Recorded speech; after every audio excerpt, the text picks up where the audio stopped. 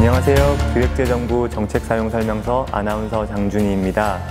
기획재정부의 주요 정책을 핵심만 뽑아 알기 쉽게 전달하는 정책사용설명서. 지난 시간 일자리 분야 소식에 이어 오늘은 내 삶의 플러스 2019 활력예산안 두 번째 시간으로 혁신성장 분야 소식 전해드리겠습니다.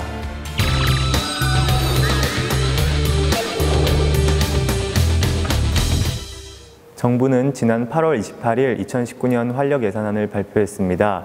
오늘은 혁신성장 분야에 대해 기획재정부 장윤정 연구개발예산과장을 모시고 알아보도록 하겠습니다. 정부에서는 새로운 성장 전략으로 혁신성장에 주력하고 있는데요. 이처럼 혁신성장에 대한 투자가 지금 시급한 이유는 무엇인가요? 최근 우리 경제가 많이 어렵습니다. 자동차, 재생 등 주로 산업 불황은 계속되는데 이를 대체할 대체산업 육성은 구제개혁 등의 어려움을 겪으며 많이 부진합니다. 여기에 저출산 고령화로 생산 가능 인구는 계속 감소하고 있고 경제의 불확실성이 증가하여 유동자금이 시설 투자보다는 부동산에 몰리는 등 경제의 성장 잠재력이 계속 하락하고 있습니다. 이러한 구조적인 원인을 돌파하기 위해서는 우리 경제에 활력을 불어넣을 계기가 필요하다고 생각됩니다. 역사를 보면 산업혁명, 정보통신 기술 등 과학기술은 어려운 고비마다 혁신을 통해 인류의 삶을 한 단계 도약시키는 데 기여해 왔고요. 실제 최근에 선진국을 보면 독일의 인더스트리 4.0, 일본의 소사이어티 5.0, 미국의 유튜브, 아마존 같은 플랫폼 선점은 이러한 세계 경제의 흐름을 주도하고 있습니다. 이러한 흐름에 비추어 볼 때 빅데이터, 네트워크, 인공지능 등 디지털 기술을 산업 전반에 접목시켜 우리 산업의 경쟁력 및 성장 잠재력을 제고하는 혁신성장이야말로 과감한 규제개혁 및 인재 양성 정책과 함께 대체 산업을 육성하고 미래 먹거리를 창출하여 지속가능한 성장을 이루는 데 아주 중요한 정책 방향이라고 생각됩니다. 이번 예산안에서 혁신성장을 적극적으로 뒷받침하기 위해 R&D 예산을 대폭 확대했다고 하는데요. 얼마나 증액되었는지 구체적인 이유와 함께 설명을 듣고 싶습니다. 사실 최근 R&D 예산은 19조 원 수준을 크게 벗어나지 못해왔습니다. 사회복지 분야 예산의 증가로 인해서 R&D뿐만 아니라 SOC, 농업, 산업 등 경제 분야 관련 예산은 다 비슷한 상황입니다. 내년도 R&D 예산은 이러한 정체 상태를 벗어나 전년 대비 0.7조 원 증가한 20.4조 원 규모로 편성하였습니다. 사실 우리 GDP 대비 R&D 투자 비율은 OECD에서 1, 2위를 다툴 만큼 높은 수준으로 알려져 있습니다. 그래서 보통 R&D는 양적인 확대보다는 질적인 효율화가 중요 이슈였고 이 점을 고려해서 지난 16년부터 전체 R&D 사업의 25% 정도인 200개 사업을 일몰 대상으로 선정해서 인위적으로 구조조정을 해오고 있습니다.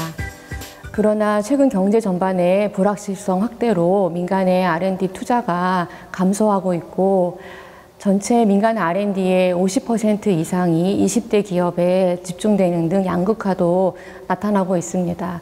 반면에 중국, 일본 등 우리 경쟁 국가에서는 과학 굴기를 내세워 기술 개발 투자를 공격적으로 확대하고 있습니다.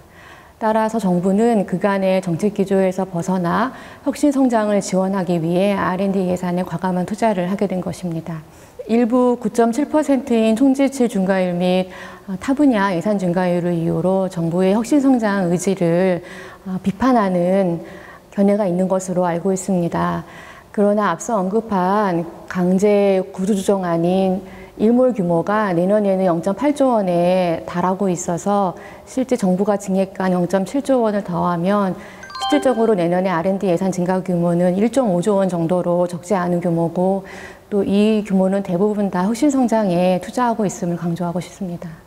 네, 그렇다면 R&D 예산 확대를 통해 중점적으로 투자하는 분야는 어떤 것인가요?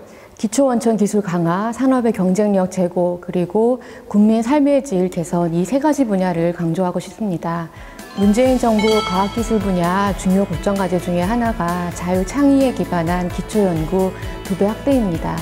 17년 기준 1.3조 원이던 기초연구 예산을 19년도에 1.7조 원, 2022년에 2.5조 원으로까지 확대할 계획입니다.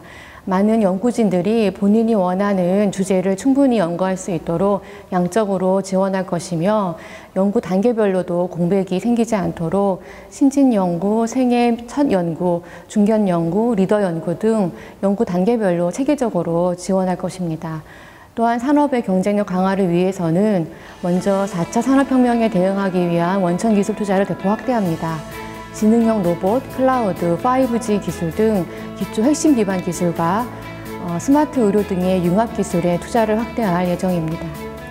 또한 주로 산업의 부진으로 침체 상태인 지역 경제에 활력을 불어넣고자 대구, 충북, 경북의 의학바이오, 그리고 강원, 전북의 탄소 나노 산업 등 지역 대체 산업을 육성하기 위한 R&D도 적극 지원하고 중요 국정 과제의 하나인 중소기업 전용 R&D 규모도 17년 대비 2배 가까이 늘릴 예정입니다. 중소기업 전용 R&D는 17년 3.1조 원 수준에서 19년 3.7조 원, 그리고 2022년에는 4.1조 원까지 확대할 계획이므로 중소기업의 전반적인 기술 경쟁력이 제고될 것으로 기대하고 있습니다. 네, 최근 정부에서 플랫폼 경제 이야기가 강조되고 있습니다. 내년도 예산에도 플랫폼 경제 기반 구축을 위한 예산을 대폭 확대했다고 들었는데 어떤가요? 예, 맞습니다. 정부는 앞서 말씀드린 혁신성장의 구체적인 방향으로 플랫폼 경제 구축을 위한 3대 전략 투자와 혁신인재 양성에 집중 투자할 방침입니다. 3대 전략 투자 분야는 데이터, 인공지능, 수소경제 이 세 가지와 인력 양성 분야를 말합니다. 이들 분야에 내년에 전년 대비 0.6조 원 증가한 1.5조 원을 집중 투자할 방침입니다. 많은 분들이 왜 이들 세 분야가 중요한지 많이 물으시는데요. 이들 분야는 앞으로 다가올 4차 산업혁명 시대의 핵심 요소가 될 분야로 기본적인 플랫폼 또 인프라가 될 영역입니다. 또한 지금 바로 투자하지 않으면 글로벌 경쟁에서 도태될 우려가 높고 지금의 기술 수준에 비추어 볼 때 정부의 추가 지원으로 선진국 수준으로 도약할 수 있다고 판단하기 때문에 이들 분야에 집중 지원할 방침입니다. 이 밖에도 지난해부터 추진 중인 미래자동차, 드론, 신재생에너지 이러한 8대 선도 프로젝트 분야에도 집중 투자를 확대할 예정인데요. 내년에는 전년 대비 1.4조 원이 증가한 총 3.6조 원을 투자할 계획입니다. 네, 마지막으로 국민 여러분께 이번 혁신성장 분야 예산에 대해 하시고 싶은 말씀 있으신가요? 사실 그동안 우리 IT 기술이 세계적인 수준이라고 자부해 왔으나 최근 IMD가 조사한 세계 디지털 경쟁력 조사에 따르면 우리나라는 63개국 중에 19위를 차지해서 2013년 14위에서 5단계 하락한 수준으로 오히려 국제 경쟁에서 뒤처지고 있습니다. 앞으로 세계 시장은 독보적인 기술이든 누구도 생각하지 못했던 창의적인 아이디어든 아니면 중국처럼 대규모 물량 공세를 하든 세계적인 표준을 선점하는 것이 기업 경쟁력, 나아가 국가 경쟁력을 좌우하는 중요 요인이 될 것으로 보고 있습니다.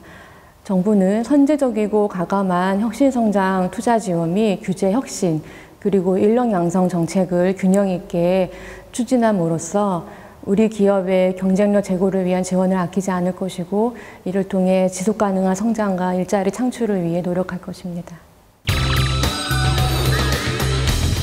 지금까지 2019년 예산안 중 혁신성장 분야에 대해 알아보았습니다. 더욱 자세한 내용은 기획재정부 홈페이지에서도 찾아보실 수 있습니다. 기획재정부 정책사용 설명서, 다음에 또 찾아뵙겠습니다. 감사합니다.